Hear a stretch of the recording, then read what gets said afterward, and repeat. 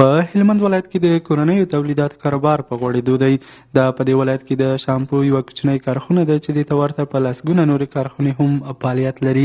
د دغه کارخونې مسؤل علي محمد سعادت وایي په دې وروستیو کلونو کې د بهرنیو هیوادونو د وارداتو مخه تر ډېره بریده نیول شوې ده. تقریبا زما سره دلې شپږ نفره پر کار باندې دي چې ځکه د شامپو کار داسې ډېر فراخ کار نه دی، د لنډ کار تقریبا شپږ نفره زموږ سره کار کوي او په غیر مستقیم ډول سره زموږ سره ډېر کار کوي. لکه د وړلو په بخش کې، د ډیلیوري په بخش کې زموږ سره موټروانان، رخشې والا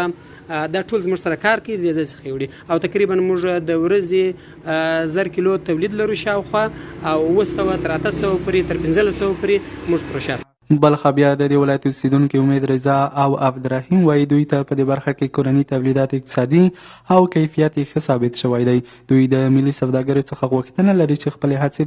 د کورنیو تولیداتو د پراختیا لپاره دوامداره وساتي. ډېر خلک ورسره کار پراخته دی، په لګیا دي ورسره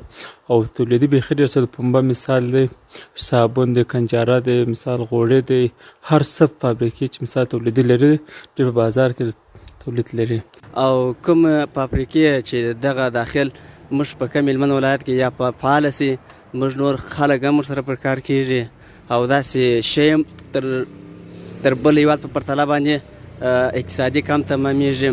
په ورته وخت کې بیا د یاد ولایت د سوداګرۍ خونې رئیس غلام یحیی پښتون وایي اوس مهال په دې ولایت کې تر 150 زیاتې کارخونې فعالیت لري چې د سیمې اقتصادي وضعیت ته یې پراخه وده ورکړې او د بیکارۍ کچه تر ډېره بریده راټیټه کړې ده. تاسو ته زه زیری درکوم چې د اسلامي امارت